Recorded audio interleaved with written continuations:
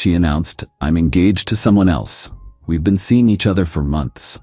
While still living in my house, I said, "Congratulations to you both." Then I had her escorted out by police that evening and changed every lock and security code. When her fiancé showed up, demanding she be let back in. Original post: I, 38 male, got the announcement at dinner. My girlfriend Veronica, 33, and I had been together for 4 years, living in my house for the last 2.5. She'd made pasta, opened wine, set the table nice. I thought maybe she got a promotion or something. Instead, she put her hand on the table, sporting a diamond ring I'd never seen before. "I have something to tell you," she said, smiling. Actually smiling.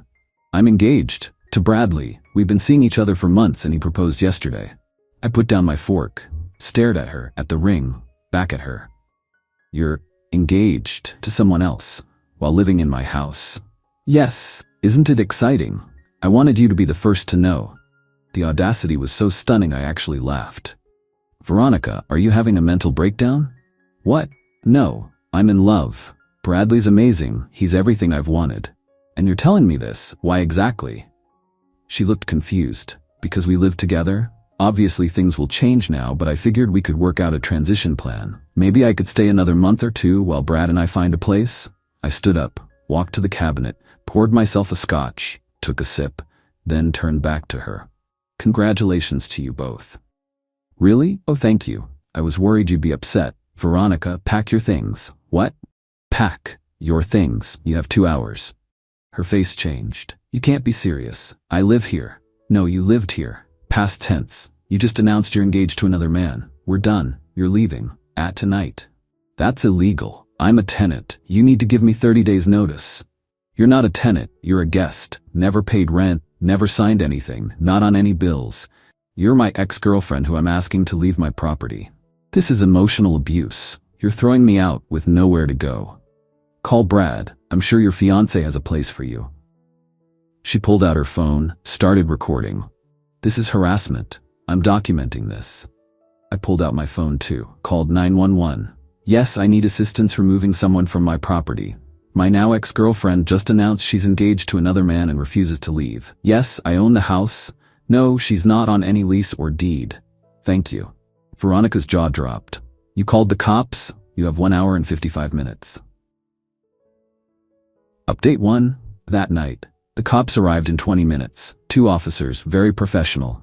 I showed them my deed, my ID, explained the situation. They looked at Veronica with barely hidden disbelief. "Ma'am, is it true you just announced your engagement to another man while living here?" "That's not illegal." "No, ma'am, but if you're not a legal tenant and the homeowner wants you to leave." "I've lived here for years. I have rights." "Do you have a lease agreement?" "No, but do you receive mail here?" "Yes." "That doesn't establish tenancy without other factors. Do you pay rent?" "I contribute." I pulled up my banking app. "That, officer? Here's my mortgage payments, all from my account. Utilities, all in my name, paid by me. She's never paid a dime." The younger cop looked at Veronica. "Ma'am, you announced you're marrying someone else. Why would you want to stay here?" "I need time to figure things out." The older cop sighed. "Sir, technically she might have some claim to residency, but given the circumstances, ma'am, I strongly suggest you pack what you can tonight and leave voluntarily. Otherwise, this becomes a legal matter." Veronica started crying. Not sad tears, angry tears. "This is so unfair." "Ma'am," the younger cop said, "you told this man you're engaged to someone else. What did you expect?" She called Bradley while packing. I heard her shrieking from the bedroom. Apparently, Brad lived with 3 roommates and couldn't have her over tonight. She packed 2 suitcases and 4 garbage bags of stuff, all while live streaming on Instagram, narrating how I was kicking her out for finding love. As she was leaving, she turned to me. "I'll be back for the rest of my things. Text me when. I'll have them in the driveway." "You're going to regret this, Paul. Probably not as much as you're going to regret announcing your engagement over pasta." The cops waited until she drove away. In the car I'd been letting her use, more on that later. Then the older one turned to me. "Change your locks tonight and maybe get cameras. Already have a locksmith on the way. Smart man, good luck." Update 2. The next day woke up to 67 text messages, 30 missed calls, and a dozen Instagram notifications. Bradley, the fiancé, had messaged, "Bro, that was cold. She needed more time to move out properly. Not cool." I responded, "Bro, you proposed to my girlfriend while she lived in my house. Not cool." Veronica's mom called at 7 a.m. "Paul, what is this I'm hearing about you throwing Ronnie out?" "Morning, Janet. Did she mention the engagement?" "The what?" "She's engaged. To Bradley. They've been together for months." Long pause. "She said you two were basically roommates. Is that what she told Bradley too?" I need to call you back." She never did. Around noon, Bradley showed up at my door. Mid-30s, man bun, probably drove a Prius. "We need to talk." "No, we don't. You traumatized Veronica. Your fiancé announced your engagement to me over dinner, in my house, that she was living in, rent-free. She said you knew about us." I actually laughed. "She told you I knew she was cheating?" "It wasn't cheating. You two were basically broken up." "First I'm hearing about it. Look, she needs to get her furniture and..." "Her furniture?" "The bedroom set, the living room stuff. All bought by me. I have receipts. She owns some clothes, makeup, and a laptop that's 3 years old. She decorated this place, with my money." Bradley's face was getting red. "She's staying with her sister now? Do you know how humiliating this is for her?" "For her? She announced she was marrying another man while living with me." "You could have given her time." "To do what? Plan your wedding from my guest room? We're getting her stuff, all of it." "Try it, please. Make my day." He stormed off. I installed 3 more cameras. Update 3, day 3. Veronica tried the nuclear option, posted on social media that I was an abusive ex who threw her out for falling in love with someone who actually cared about her. Said I'd been controlling, manipulative, that she'd been trying to leave for months, but I wouldn't let her. Problem was I had receipts, literal receipts. I posted one response. "Interesting narrative. Here's the facts. She announced engagement to another man while living rent-free in my house. Never paid a bill. Also, here's last week's texts where she said she loved me." Screenshot after screenshot. Her asking me for money for her student loans 2 weeks ago. Her "I love you" text from 4 days before the announcement. Her using my credit card for a spa day with Brad, I now realized. Last month, her friends started commenting, "Wait, you were engaged while living there? Girl, you said you two were separated. This is messy AF." Then came the voicemail from her sister Melissa. "Paul, I'm sorry about Ronnie. I didn't know she was still living with you. She's been bringing Brad around for months saying you two were done. Mom's pissed. Can you just put her stuff outside so I can pick it up? Already packed. Come by whenever." But here's where it gets good. Remember the car I mentioned? Update 4. The car situation. The car Veronica drove was mine, fully paid off, in my name. I just let her use it, but she'd apparently been telling Brad it was hers. Day 4, I reported it stolen. She called from the police station. They'd pulled her over and found the car was reported stolen. Since she couldn't prove ownership? "Paul, what the hell? Oh, hey Veronica, how's engaged life? You reported the car stolen? Well, you don't live here anymore and you took my car without permission. That's theft. You let me drive it. When you were my girlfriend, you're Bradley's problem now. This is insane. I'm at the police station. I'll come get my car then. Brad can pick you up. He's at work. Uber exists. You're evil. I'm practical. You wanted to be engaged to someone else. Congratulations, you're his responsibility now." I picked up my car. She had to Uber to her sister's. Cost her $73 according to her angry text. I didn't respond. Update 5, the escalation day 6. Bradley and 3 of his buddies showed up at my house at 9 p.m. "Open up. We're getting Veronica's things." I called 911 again. 4 men are trying to break into my house.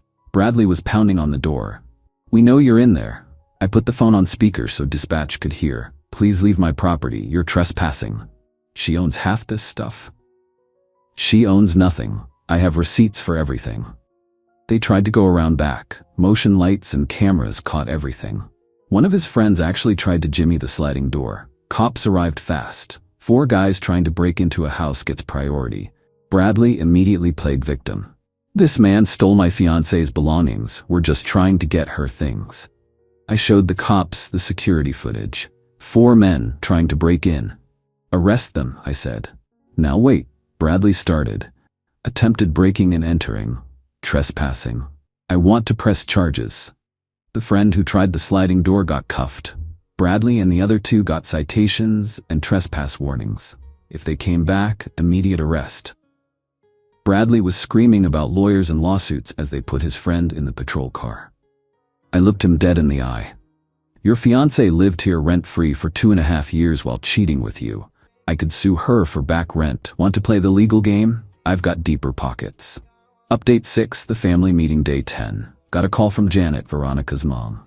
Paul, can we talk? In person? We met at a coffee shop. Janet looked tired. I need to know the truth, all of it. I showed her everything. Bank statements showing I paid for everything. Texts from Veronica from just days before talking about our future. The dinner receipt from the night before she announced her engagement. She'd insisted on going to an expensive place. Now I knew why. She was celebrating with my money. Janet's face just got more and more grim. She told us you two had been separated for 6 months, that you were basically roommates, that she was scared to leave because you were unstable. I'm a project manager at an engineering firm. I own my house. I've never even raised my voice at her. I know. I know. She's always been like this. Her father and we enabled it. When she was younger, she dated 2 boys at once and convinced each the other was just a friend. We should have done something then. She's 33, Janet. I know. Bradley's been to family dinners for months. She said you were never available, always working. We thought you were the problem. I was working, paying for her lifestyle. Janet pushed an envelope across the table. This is $5,000. It's not much, but it's something for what she took from you. Janet, I can't. Please, take it. Consider it an apology from her father and me. We raised this. We need to own some of it. I took the envelope. Thank you. Bradley's already having second thoughts, you know. Now that she's living with Melissa, asking him for money constantly, he's seeing what you dealt with. Not my problem anymore.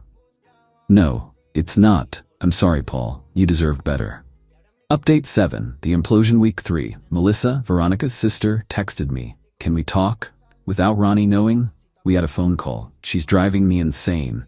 She won't get a job, won't help around the house, just sits on Instagram all day talking about her trauma and wedding planning. Bradley's only been over twice. She keeps asking him for money and he's getting weird about it. Again, not my problem. I know. How did you do it for so long? I loved her, or thought I did. Love makes you stupid. She's been telling people you two had an open relationship. What? Yeah, that you knew about Bradley the whole time and were fine with it until you got jealous. That's a new one. Paul? Did she ever contribute anything? Anything at all? She made dinner sometimes, with groceries I paid for. Christ, I'm giving her 30 days, then she's out. I can't do this. Good luck with that. 2 weeks later, Melissa called again. She won't leave. Says I can't kick her out. She's family. Sounds familiar. Bradley dumped her. I nearly spit out my coffee. What? Yeah. She kept demanding he pay for everything. Got mad when he suggested she get a job. Then she found out his marketing consultant job was actually part-time at his dad's company. He's been lying about having money. They're perfect for each other, honestly, except neither actually has money. Karma's beautiful. She's saying she's going to sue you for emotional distress and illegal eviction.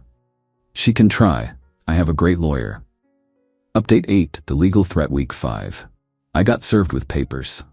Not a real lawsuit, just a cease and desist from some ambulance chaser Veronica found, demanding I return her property and pay her $50,000 for emotional distress and illegal eviction. My lawyer laughed, actually laughed. She announced she was engaged to another man while living with you, rent-free, and she wants money? That's what it says. Let me handle this. His response was beautiful. 3 pages of legalese that basically said, "Lol, no. Countersuit incoming for 2.5 years of back rent at market rate, $48,000. Veronica's lawyer dropped her immediately. She tried to represent herself. Filed something with the court that was 17 pages of rambling about emotional terrorism and love discrimination. The judge threw it out in less than 5 minutes. But the best part? She had to list her address for the court documents. She'd moved in with Bradley after he took her back. His roommate's address was now public record. Update 9. The final card week 7. Bradley called me. I need your help. That's hilarious. Please. She won't leave. She's not on our lease, but she won't go. She's threatening to say I assaulted her if we try to make her leave. And you want my help? Why? You got her out in one night. Yeah, by calling the cops immediately and having security footage. Can you talk to her? Tell her to leave? Brad, my man, you proposed to another man's girlfriend while she was living with him. You made this bed. I didn't know. She said you two were done. And you believed her? While she still lived with me? I'm an idiot. Yes you are. Please, I'm begging you. Brad, here's free advice. Install cameras today. Document everything. When she threatens false accusations, record it. Then call the cops yourself. First one to call usually wins. That's it. Also, maybe don't propose to women who are living with other men. He hung up. Final update. It's been 3 months now. Here's where everyone ended up. Veronica. After Bradley's roommates threatened legal action, she ended up moving back with her parents. At 33, she's working part-time at a clothing store and still posting about her journey of self-discovery and how she's a survivor of narcissistic abuse. She's also engaged again to some guy she met online who lives in another state. They've never met in person. Moved back with his parents too. Turns out his roommates kicked him out for bringing the drama to their house. His Instagram is now private, but mutual friends say he posts motivational quotes about learning from mistakes. Janet and Robert, as parents, sent me a Christmas card with another check for $2,000 and a note saying they're in therapy to deal with enabling behaviors. They've apparently given Veronica a deadline to move out. Melissa, we actually became friends. She texts me updates sometimes. She's in therapy too, realizing how much her family dynamics screwed up her own relationships. Me, I'm good. House is peaceful. Started dating someone new, Rebecca. She has her own house, own car, own job, insists on splitting every check. It's weird how normal it feels to be with someone who contributes equally. The best part? I ran into one of Bradley's former roommates at a bar. He told me the full story of their last days. Apparently, Veronica had convinced Bradley to propose by telling him she was pregnant with his kid while living with me. The timeline made no sense. She would have been pregnant while actively sleeping with me. When he figured out she was lying about the pregnancy, he tried to break it off. That's when she threatened to claim assault. The roommates installed cameras in the common areas without telling her. Caught her on video admitting she was never pregnant and laughing about how men are so easy to manipulate. They gave Bradley the footage, he gave it to the cops, and they escorted her out. She tried to claim they illegally recorded her. Turns out, common areas and shared housing don't have expectation of privacy. Sometimes karma takes its time, but when it arrives, it's thorough. Looking back, the red flags were everywhere. She hadn't worked steadily in 2 years, always had an excuse, always had a crisis that prevented her from contributing, always had big dreams but no actual plans. The announcement dinner was actually a gift. If she'd been smarter about it, strung me along longer, I might have wasted more years. Instead, she got so comfortable she thought she could have her cake and eat it too. Literally thought I'd let her stay while she planned a wedding to another man. The entitlement was astronomical. The delusion? Even bigger. But the best revenge? Living well. My house is clean, my bills are lower, my stress is gone.